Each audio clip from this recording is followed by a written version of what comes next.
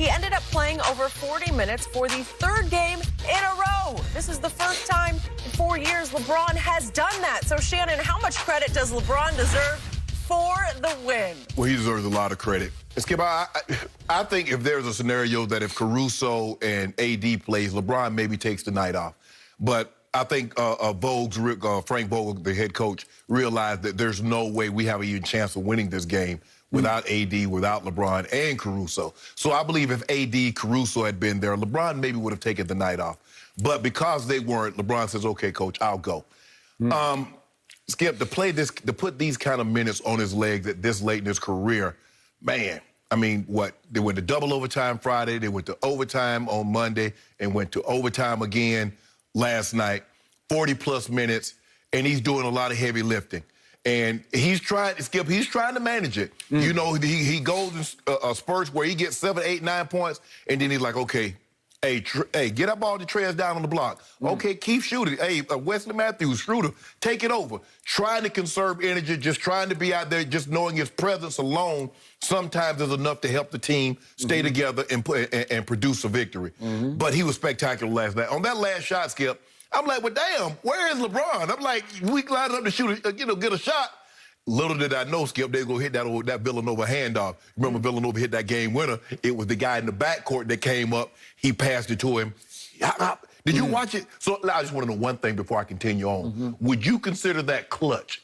Because if you missed that shot, because you said the game, there was no harm, no foul. If he misses that shot, the game's over, right? Well, not quite. So now you got to foul him. They make free throws. 20 seconds left. Yeah. No, 20 seconds. It was like 15. No, it's 20. When he shot it, it was 20. Yeah.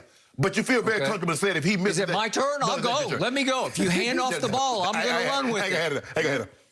130 minutes, second most minutes played over 3 games this season. The most he's played in a regular season game in 2017, Skip. But the Lakers have got to do a better job of getting off to faster starts, Skip, because they get off to these such slow starts.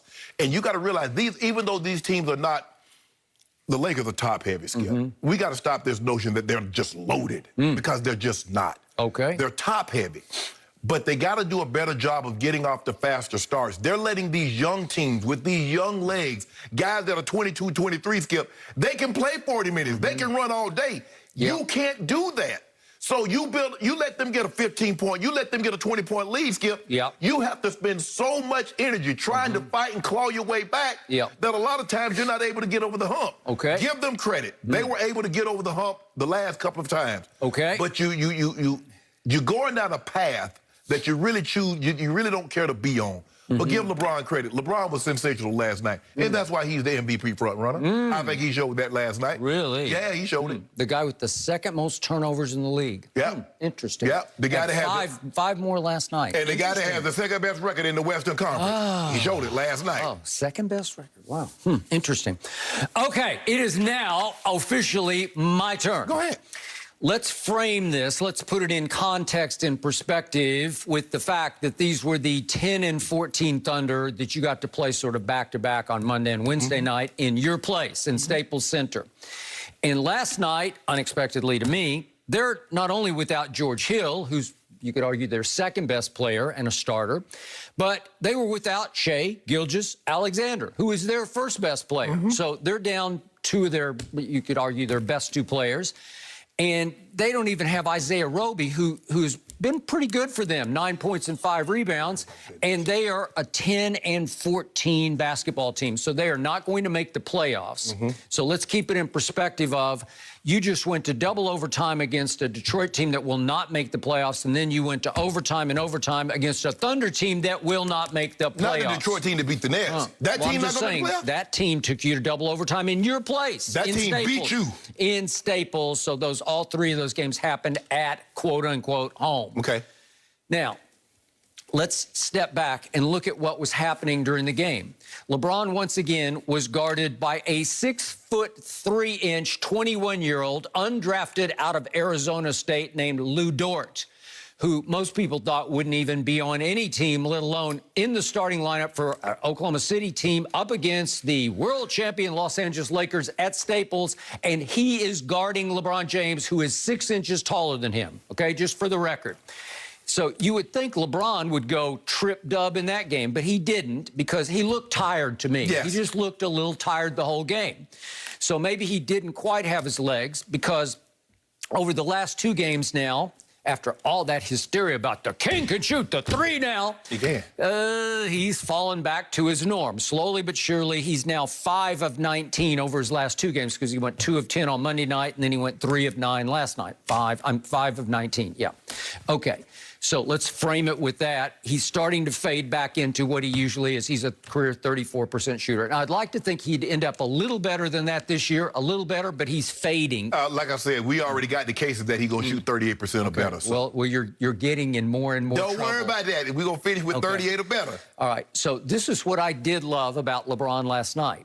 With 41 seconds left, if we could see this in regulation, he takes a 3 that he missed. This is a big miss because this is for the lead, and he takes it over little Lou Dort, and he missed it. And I'm thinking, uh-oh, they're about to get in some trouble here because that made him 2 of 8 from 3 at that point. 2 of 8. So he can't be feeling real good about himself. And then they do get in deep trouble because they're down 3 with 20 seconds left, and your play happens. And it's the Villanova handoff play, and they worked it to perfection. I love this, and a really good screen to get Dort a little bit off him by Trez. That was well executed by Trez. And this is the best shot LeBron James has hit all season long. That was clutch because you needed it just to tie the game at that point. Maybe you would have gotten another shot. You'd probably have to foul to get the other shot or take the ball away from because they are a little turnover prone. But the point was, I will give you that was a big shot. That tied it, and then little Lou gets another. He gets a pretty good look.